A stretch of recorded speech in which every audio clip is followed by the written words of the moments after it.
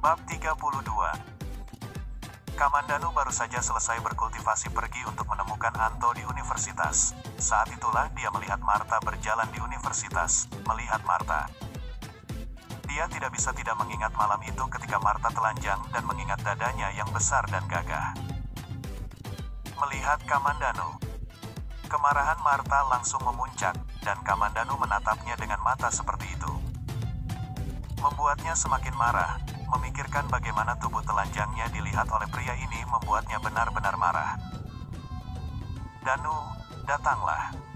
Meskipun nada Martha tenang, kemarahan di bawah nada tenang tidak dapat disangkal.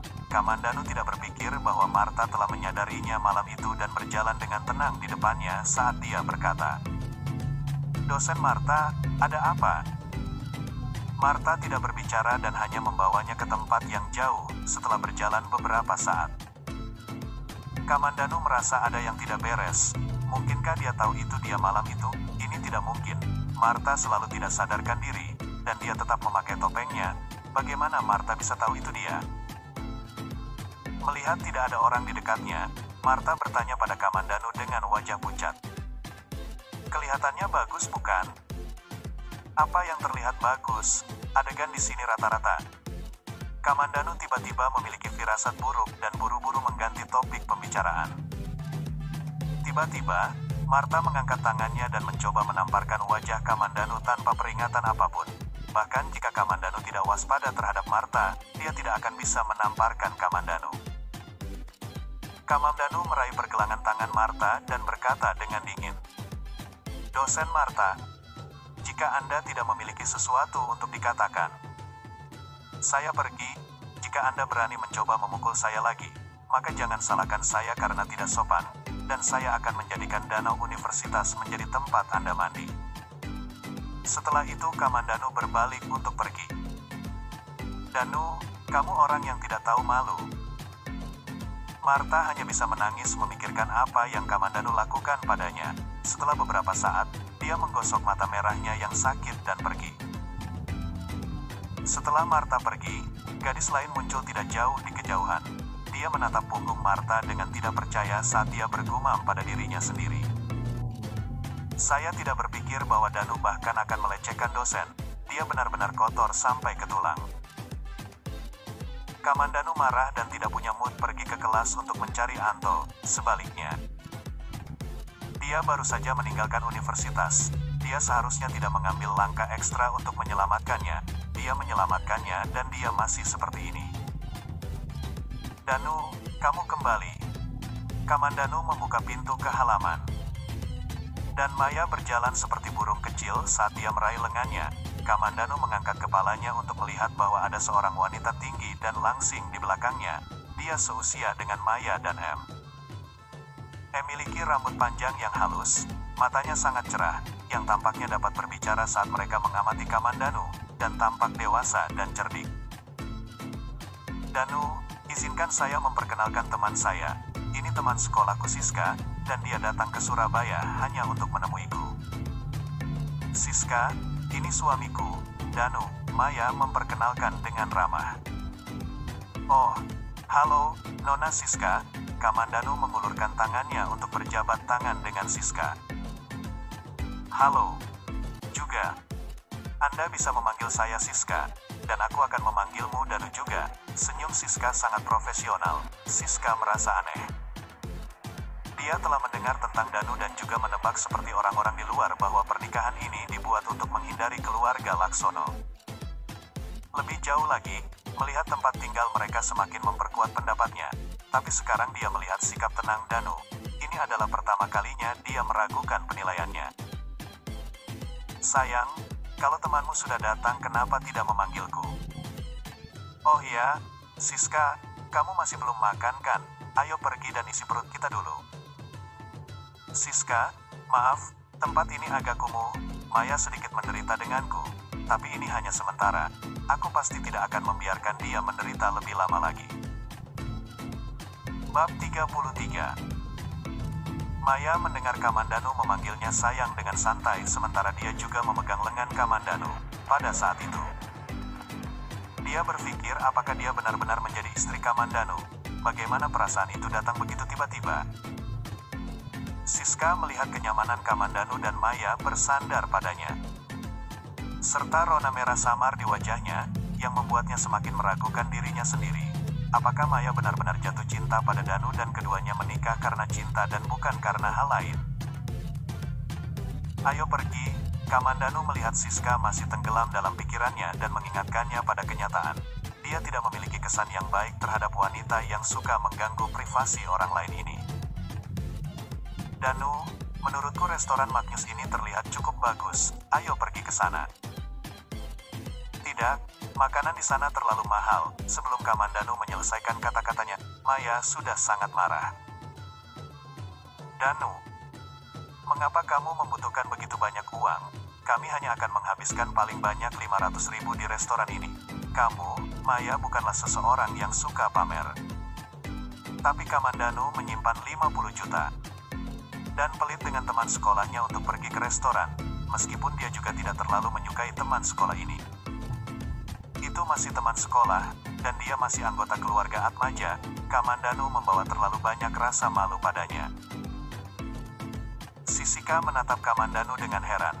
Ini adalah pertama kalinya dia melihat seseorang yang begitu pelit saat makan, dan ini di depan istrinya sendiri dan teman sekolahnya. Namun, kekaguman Maya padanya tampaknya tidak palsu. Melihat bahwa Maya masih akan mengatakan sesuatu yang lain, Kamandanu marah. Tetapi dia bukan seseorang dengan hati yang sempit. Dia tahu bahwa jika dia marah sekarang, pertunjukan antara dia dan Maya akan sia-sia. Dia akan segera meninggalkan Surabaya. Jadi tidak ada gunanya berdebat dengan seorang wanita. Memikirkan hal ini, dia buru-buru berkata, "Oke, lakukan sesukamu. Ayo pergi ke sini untuk makan hari ini." Meskipun dia mengatakan itu, dia tertekan di dalam hatinya. Dia hanya memiliki 900.000 di sakunya. Dan ini adalah uang yang diperoleh dari dia menjual darahnya, meskipun darahnya akan terbuang sia-sia bahkan jika dia tidak menyumbangkannya. Dia tetap tidak ingin menggunakan uang yang dia peroleh dari menjual darah dengan sembarangan. Kamandanu telah membuat keputusannya. Setelah beberapa hari, dia akan segera meninggalkan Surabaya. Adapun masalah Maya, dia sudah cukup membantu. Dia perlu menemukan tempat yang stabil untuk menanam rumput hati perak miliknya. Dia sudah sangat mengerti bahwa seseorang tanpa latar belakang seperti dia akan menjadi daging di talenan di masyarakat jika dia tidak memiliki kekuatan yang cukup. Makan malam itu relatif menyenangkan, meskipun Siska tidak mendapatkan apa yang diinginkannya. Dia sudah tahu bahwa pandangan pengeluaran Danu dan Maya sangat berbeda, tapi dari bagaimana Danu begitu pelit dengan uang. Dia semakin yakin bahwa Danu benar-benar menjalani hidup dengan Maya, dari cara Danu menggunakan uang tunai dan bukan kartu untuk membayar makanan. Dia tahu Danu benar-benar tidak menjalani kehidupan yang kaya. Kamandanu adalah yang paling tidak bahagia. Makanan di restoran ini ternyata menghabiskan biaya 900.000, bahkan menggunakan beberapa uang receh untuk melengkapi 900.000 itu. Setelah makan, Siska tidak tinggal dan malah memilih untuk mengucapkan selamat tinggal pada mereka. Mungkin itu karena dia melihat Kamandanu menggunakan uang receh untuk membayar, tapi dia bertanya-tanya apakah dia menunjukkan padanya bahwa dia tidak punya uang atau semacamnya. Ketika Maya dan Kamandanu kembali, mereka tidak sedekat sebelumnya. Maya tidak ingin berbicara dengan Kamandanu. Dia merasa bahwa Kamandanu telah membuatnya kehilangan muka hari ini. Meskipun dia tidak terlalu peduli dengan hal-hal ini, Kamandanu membayar dengan uang tunai bahkan dengan receh. Alih-alih dengan kartunya, Kamandanu juga tidak mau bicara. Makan malam ini menghabiskan biaya 900.000. Sekarang, dia hanya memiliki 20.000 yang tersisa di sakunya. Di hari-hari berikutnya, jika Kamandanu tidak pergi mencari pekerjaan, dia bahkan tidak akan punya uang untuk makan. Mungkin dia benar-benar harus menjual darah untuk mendapatkan makanan. Tetapi tidak mungkin dia melakukannya dalam jangka panjang. Situasinya tidak seburuk itu. Masakan Kamandanu semakin sederhana. Meskipun Maya tidak rewel tentang makanan, dia memandang rendah orang pelit seperti Kamandanu. Malam itu, ayahnya telah meneleponnya dan menyuruhnya untuk tidak khawatir, bahkan jika ayahnya dikeluarkan dari keluarga Atmaja. Dia tidak akan menjual putrinya, terutama kepada bajingan dari keluarga Laksono. Kata-kata ayahnya membuat Maya merasa lebih yakin. Orang tuanya sudah pergi ke Jakarta untuk menyelesaikan masalah dengan keluarga Atmaja. 2 hari setelah itu, mereka akan datang ke Surabaya dan membawanya pergi. Kamandanu sudah muak dengan hari-hari di Surabaya dan ingin pergi. Adapun bisnis Maya, dia sudah cukup membantunya. Dia akan mengucapkan selamat tinggal padanya besok dan pergi. Dia tidak perlu pergi ke universitas lagi, tetapi dia masih harus meninggalkan surat untuk Anto. Ketika Mita dan Maya sudah tidur, Kamandanu mulai bersemedi. Tuan muda Harry, ada setengah jam tersisa sebelum kita tiba di Surabaya. Kemana kita akan pergi dulu? Sebuah BMW sedang menuju Surabaya dengan kecepatan tinggi sementara pengemudi bertanya kepada seorang pemuda di kursi belakang. Pemuda itu memiliki wajah pucat dan sepasang mata lang. Wajahnya agak panjang dan rambutnya tersisir sempurna. Mendengar kata-kata pengemudi, pemuda itu hanya mengeluarkan sebatang rokok sementara pria besar yang duduk di sampingnya dengan cepat mengeluarkan korek api dan menyalakan rokok untuknya. Apakah kamu sudah menyelesaikan tugas yang kuberikan padamu? Pemuda itu menghisap rokok dan bertanya. Ya, Tuan muda Harry, saya tidak meninggalkan jejak, jawab pria besar itu. Pemuda itu menghirup rokoknya sekali lagi dan terdiam beberapa saat sebelum melanjutkan. Kami datang dari Bandung hanya agar kakek dan orang-orang dari keluarga Atmaja tidak curiga jika kita pergi sesuai dengan rencana awal kita dan tinggal 1 malam di Surabaya. Sesuatu mungkin terjadi, jadi kita sebaiknya menculik wanita itu saja. Ini menyelamatkan saya dari selalu memikirkan dia. Aku akan membiarkan Jalang ini tahu apa sebenarnya penyesalan itu. Mengatakan ini, pemuda yang awalnya tenang menjadi marah sehingga pembuluh darah mulai muncul dari tinjunya yang terkepal. Dia mengangkat tangannya dan membuang rokok yang hampir tidak terpakai. Pria tegap dengan cepat mengambilnya dan melemparkannya keluar jendela. Pria tidak berguna itu bernama Danu, kan? Pemuda itu perlahan-lahan menjadi tenang. Sejak awal, tidak ada yang berani menolaknya. Harry Laksono, dia tidak berpikir Maya akan berani menolaknya. Dan bukan hanya itu, tetapi dia benar-benar menikah dengan pria lain. Dan mereka bahkan hidup bersama. Ini menamparkan wajahnya dan harga dirinya. Jika Harry bisa menanggung hal seperti itu, dia tidak akan menjadi Harry Laksono.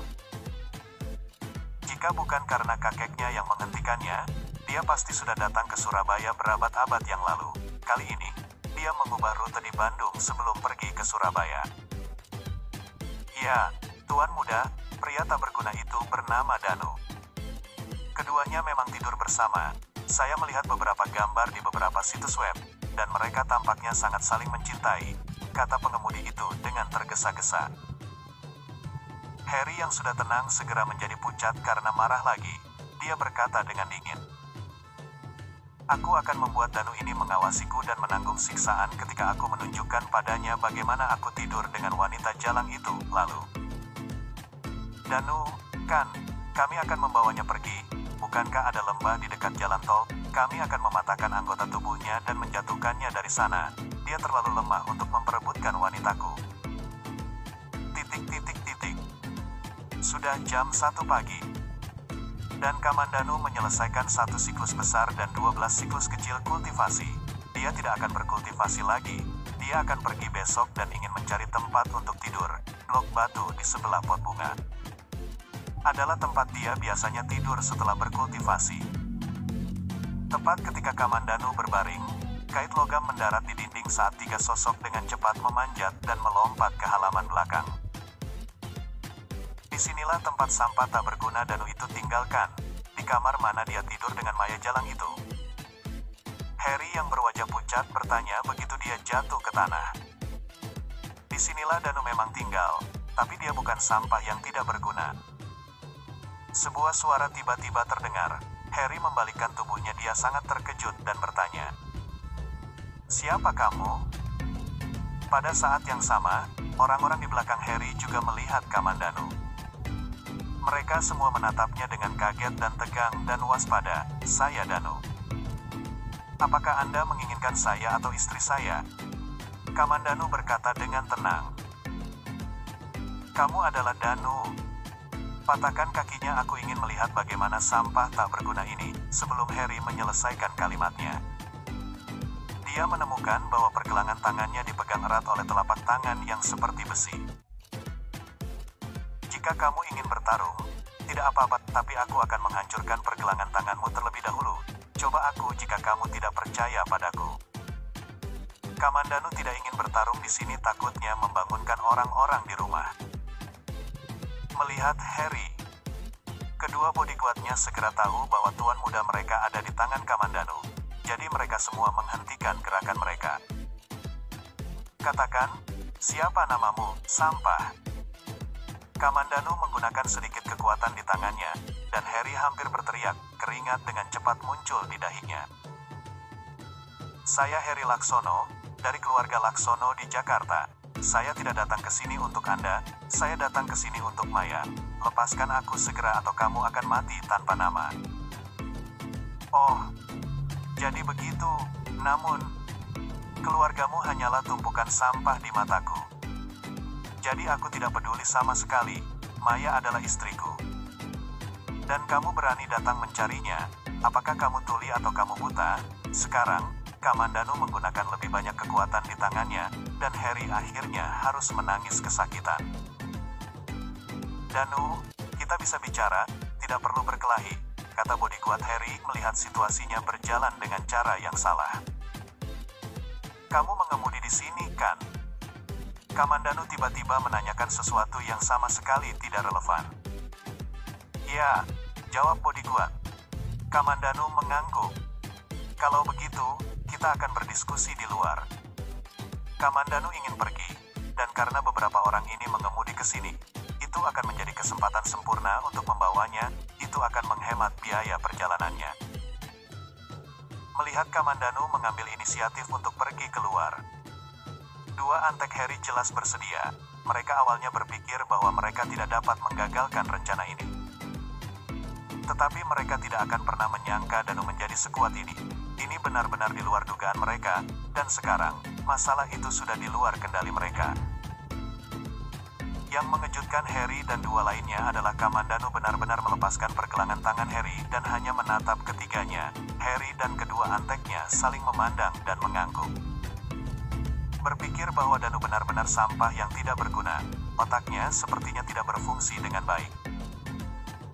Salah satu antek Harry pertama kali melewati tembok dan melompat keluar.